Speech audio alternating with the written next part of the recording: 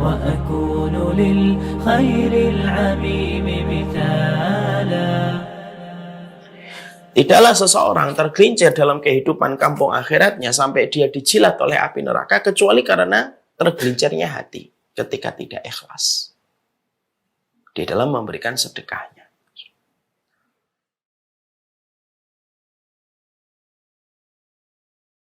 Ketika dia memberikan sedekahnya.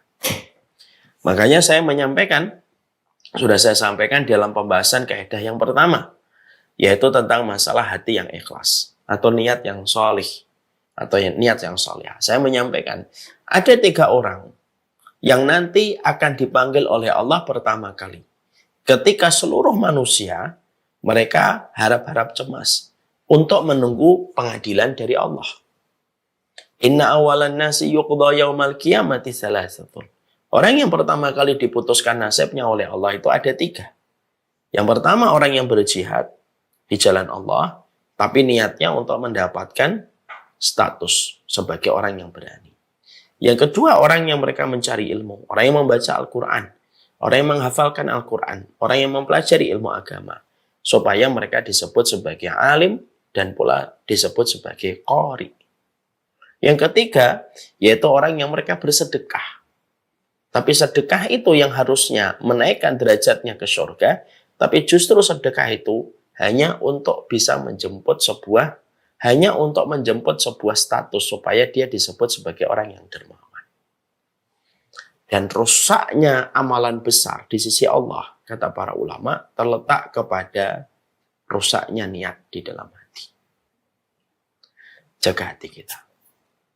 Karena menjaga tauhid, menjaga niat, itu merupakan amanat konstitusi sunnah yang pertama. Itu menjaga niat. Menjaga niat, menjaga niat, menjaga niat. Ya, jangan ada lagi sedekah. Sedekah, misalkan, supaya kamu kaya. Sedekah supaya bisnismu lancar. Jangan. Bukan itu kita bersedekah. Sedekah tidak membangun singgasana di dunia. Sedekah itu tidak membangun fasilitas-fasilitas megah dari usaha kita yang berhasil. Sedekah itu bukan pula untuk tumpukan pujian dan respon manis dari lisan manusia. Tapi sedekah kita adalah membangun kehidupan akhirat yang lebih baik. Bukan untuk dunia. Yang kedua, yang termasuk kita harus pahami adalah yang kedua, pastikan bahwasanya ketika kita bersedekah, pastikan apa yang kita sedekahkan itu adalah harta yang bersih. Merupakan sebuah harta yang dikelola dan diambil dari harta yang halal. Jangan sampai orang ketika dia sedang bermasalah pada urusan dunianya, sehingga dia tidak bisa memisahkan mana itu yang syubhat, mana itu yang haram gitu. Lalu dia bersedekah karena apa? Allah tidak pernah menerima dan Allah tidak ada hajat untuk menerima sedekah. Allah tidak ada hajat. Allah tidak ada kebutuhan untuk menerima sedekah. Di mana sedekah itu diambil dari harta-harta yang syubhat dan harta yang haram. Innallaha thayyibun wa la yaqbalu illa thayyiban. Allah itu zat yang sangat baik dan tidak menerima kecuali yang baik. Ketika ada seseorang melakukan korupsi, lalu dia pencucian uang, lalu dia menyangka, saya korupsi 100 miliar. Oke, saya sedekahkan 10 miliar. Maka 10 miliar itu saya harapkan menjadi media dan menjadi tawasul untuk membersihkan harta 90 miliar yang haram. Saya sedekahkan. Saya berikan kepada panti asuhan, kepada anak yatim. Allah tidak terima. Allah tidak ada hajat kepada harta yang haram. Jadi Allah tidak ada hajat kepada harta yang haram. Orang yang menerima mungkin tidak tahu. Tapi Allah tahu. Makanya Allah tidak menerima kecuali yang baik.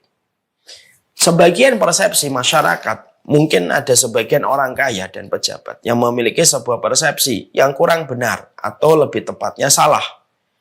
Bahwasanya mereka mengatakan wa'at bi sayyi'atal hasanata tamhauha. ikutilah perbuatan yang buruk dengan perbuatan yang baik, maka perbuatan baik akan menghapuskan perbuatan buruk. Maka bertolak dari sebuah mindset ini, mereka lalu ketika mengambil harta haram 10 miliar, mereka infakkan 3 miliar. Dengan satu asumsi, 3 miliar ini akan menghapuskan keburukan 10 miliar itu. Karena apa? Ikutilah perbuatan baik dengan perbuatan yang ikutilah perbuatan yang buruk dengan perbuatan yang baik. Perbuatan baik akan menghapuskan keburukan. Itu tidak semacam itu realisasi dari hadis tersebut. Realisasinya itu adalah ketika kamu melakukan kesalahan, kamu sholat. Ketika kamu melakukan kemaksiatan, kamu bertobat. Itulah mengikuti keburukan dengan kebaikan. Tetapi memiliki sebuah persepsi, mindset, dan asumsi bahwasanya ketika kamu mengambil harta yang haram, lalu kamu sedekahkan separuhnya, dengan asumsi yang separuh itu menghapuskan keburukan seluruhnya, kamu salah.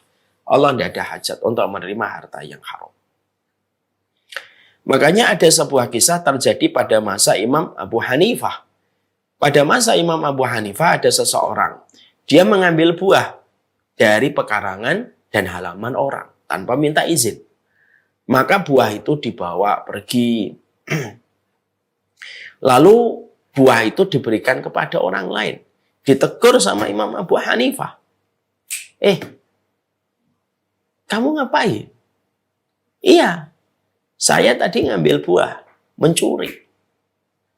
Tapi buah itu separuhnya saya berikan kepada fakir miskin. Maka sedekah saya itu insya Allah dilipat gandakan paling minim 10 kali lipat. Adapun mencurinya saya itu 1.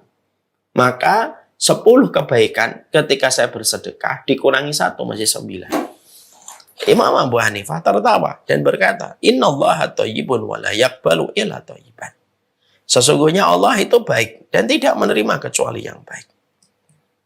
Jadi yang kedua yang wajib bagi kita adalah orang yang bersedekah itu harus betul-betul murni. Kalau harta kita tersangkut dengan yang haram, Allah tidak ada hajat menerima. Ingat ya, setiap ibadahmu harus bersih.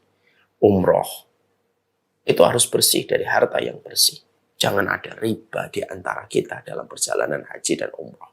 Kalau enggak, sia-sia, capek, lelah, dan letih semata. Sedekah. Makanya kenapa kita kemarin mempelajari kan di antara kaidah yang ketiga bahwasanya menjaga dari perkara syubhat itu penting. Karena timbulnya banyak problematika, masalah dalam kehidupan kita itu ya dari harta yang haram. Harta haram itu selalu meminta tumbal. Tumbalnya apa? Pertama, Allah tidak menerima ibadah yang terbangun dan tercampur dari harta yang haram. Ya, itu yang kedua. Yang ketiga, jangan melambat-lambatkan sedekah itu. Kalau memang sudah ada niat sedekah, langsung eksekusi. Jangan dilambatkan. Kenapa? Tidaklah orang melambatkan sedekah kecuali setan yang menguasai. Lalu mendistract. Lalu akhirnya mengalihkan dia kepada pilihan yang lain. Ya, berapa banyak orang yang ingin bersedekah di waktu malam. Lalu dia meniatkan besok pagi. Sebelum tidur dia melihat satu barang. Mengurungkan niatnya untuk bersedekah. Lalu akhirnya dia memprioritaskan barang yang akan dia beli. Itulah bahayanya mengakhir-akhirkan sedekah. Makanya dikatakan di sini ada mutakhiris sedekah. Jangan mengakhir-akhirkan sedekah itu. Kalau mampu, segera 10 juta tiba-tiba ditransfer kepada rekeningmu, segera kamu keluarkan dari 10 juta itu. Itu jauh lebih baik. Karena apa? Orang yang menyegerakan kebaikan adalah orang yang Allah segerakan kebaikannya pula nanti di akhirat. Makanya ada kata-kata hikmah, la yazalan nasu yuakhirunal hasanat hatta yuakhiruhumullahu hasanatahu yaumal qiyamah. Tidaklah seseorang suka mengakhir-akhirkan kebaikan kecuali Allah pasti akhirkan kebaikan apapun untuknya di akhirat kelak nanti. Orang yang langsung bersedekah itu jauh lebih baik daripada mengakhirkannya. Berikanlah sedekahmu. Segerakanlah. Tidak usah diundur-undur. Karena penyakitnya manusia itu taswif. Mengakhirkan tobat, mengakhirkan kebaikan. Itu penyakitnya manusia. Dia berandai-andai. Besok aja deh. Uang yang ini aja. Tapi ternyata belum datang, dia sudah keburu datangnya ajal. Na'udzubillah min dzalik, dan akhirnya menjadi sebuah penyesalan. Padahal kita paham tidak ada penyesalan yang dilakukan oleh mayit ketika dia mati kecuali adalah laula akhartani ila ajalin qarib fa asaddaq wa akum minas salihin. Ya kan? Tidak ada yang paling disesali oleh mayit ketika dia telah meninggal dunia kecuali satu. Dia ingin sekali untuk bisa memberikan sedekahnya karena perkara itulah yang betul-betul melapangkan. Sedekahmu itu cahaya. Dan kita akan datang pada satu alam yang begitu gelap. Kita akan datang kepada satu alam yang begitu pekat hitamnya.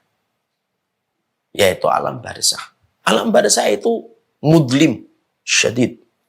Alam barzakh itu kegelapan yang sangat pekat. Tidak ada yang bisa menerangi alam barzakh dengan kegelapannya. Tidak ada yang bisa menerangi. Salatmu itu cahaya, puasamu itu cahaya, sedekahmu itu cahaya. Ya. Cahaya itulah yang kita butuhkan. Kehidupan kita berikutnya itu tidak butuh bensin. Kehidupan kita berikutnya itu butuh cahaya. Dan cahaya itu melalui harta yang kita sedekahkan. Jangan melambat-lambatkan. Supaya kita tidak dilambatkan oleh Allah kebaikan yang kelak pada waktu kematian itu sudah datang menyapa kita.